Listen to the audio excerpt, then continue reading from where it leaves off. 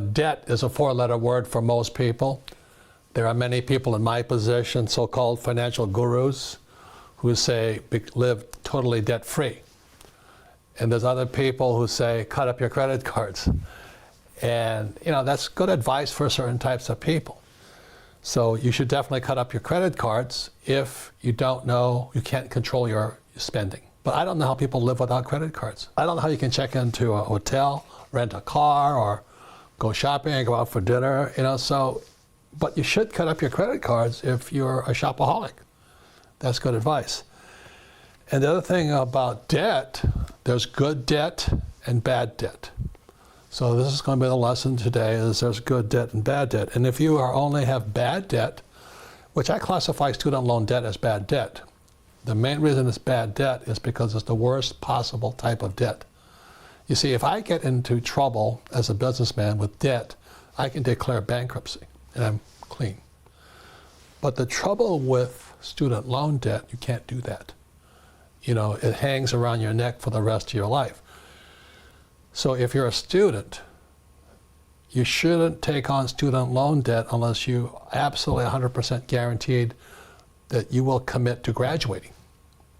So have you seen a lot of kids drop out of school? Oh, yeah. And so the problem with student loan debt is a person has to know what are they going to study. I have two friends, they're both medical doctors, and they came out of school with $500,000 in student loan debt, but they paid it off in 5 years because they're medical doctors. They had high-paying jobs, and so they delayed having families and all this, and the whole objective was to pay for becoming a doctor.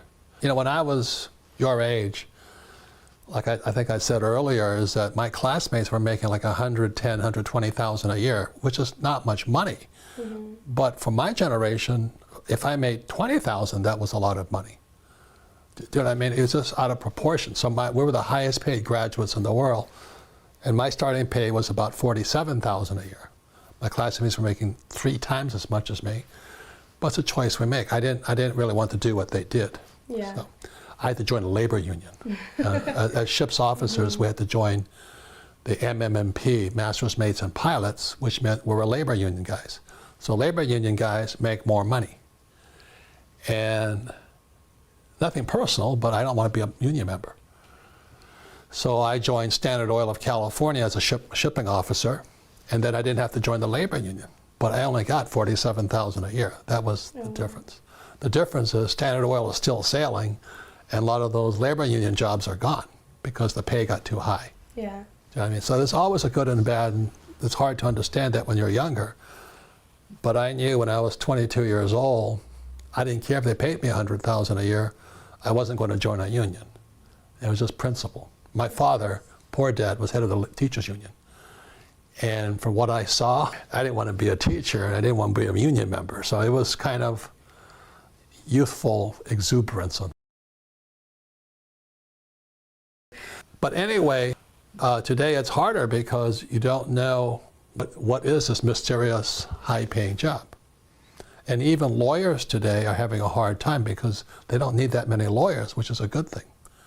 And there's artificial intelligence, which is replacing a lot of the high-end jobs. Like even accountants today, they don't need accountants because artificial intelligence can do a lot of the work for them.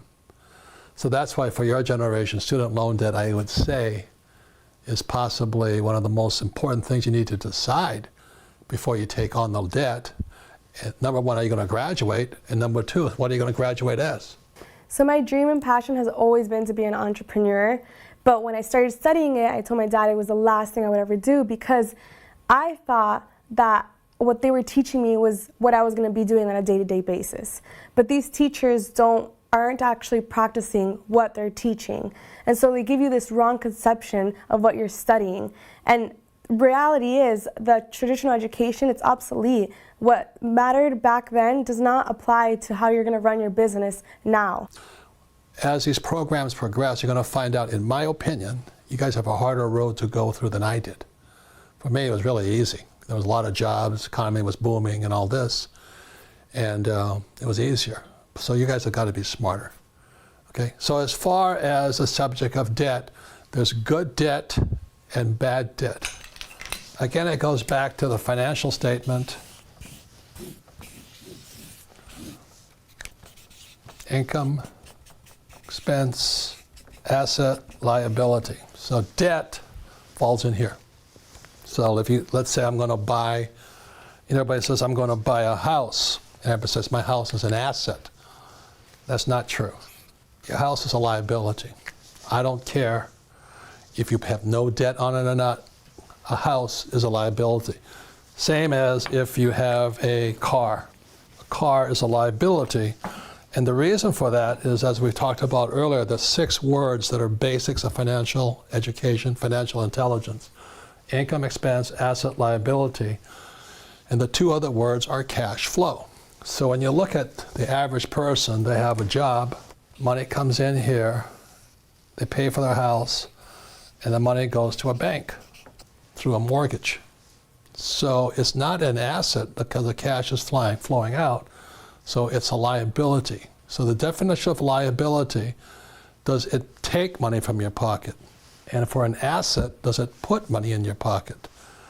So when I have a rental property here, it puts money in my pocket.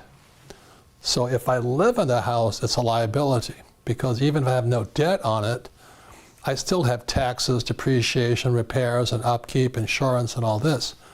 When I rent a property, I've done a good job buying it and structuring it. Every month it sends me money.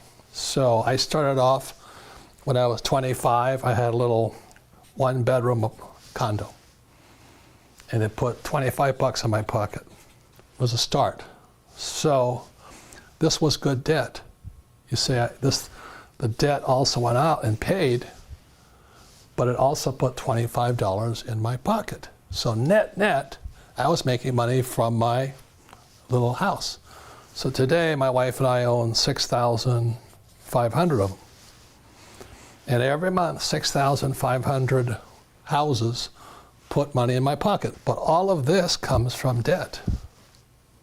So they're 100% financed here. It's all debt. So this is good debt.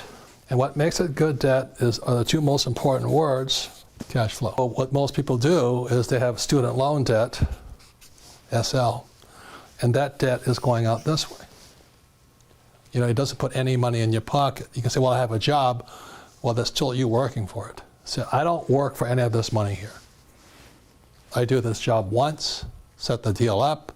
Every year I add more and more and more of it. I'm borrowing money from here. It's coming here and going this way. So the debt is putting money in my pocket, and bad debt is taking money from my pocket. So the problem is, if you're going to use debt, you've got to be much smarter than this person here. You've got to be very, very smart. That's why I took real estate classes when I was 25, and I've never stopped taking real estate classes.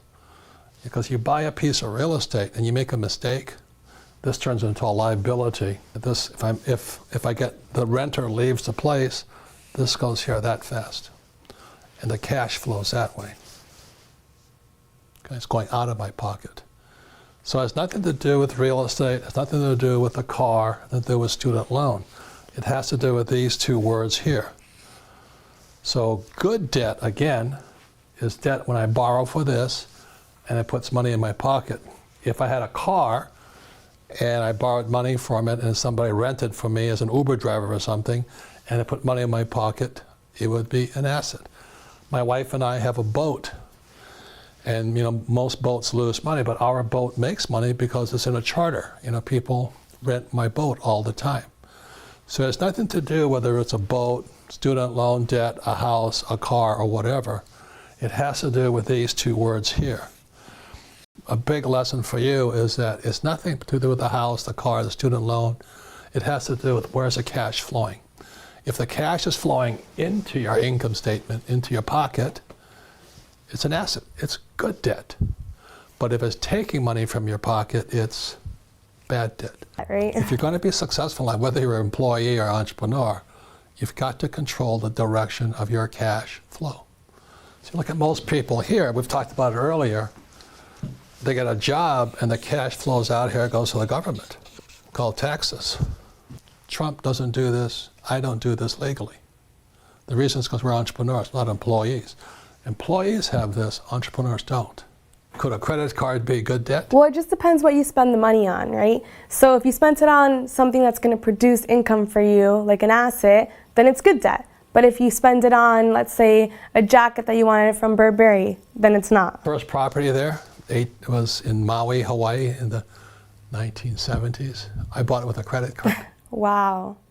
Property was $18,000, my first, but I've taken several real estate classes. And so I knew what to look for. I found this one property. It took a long time.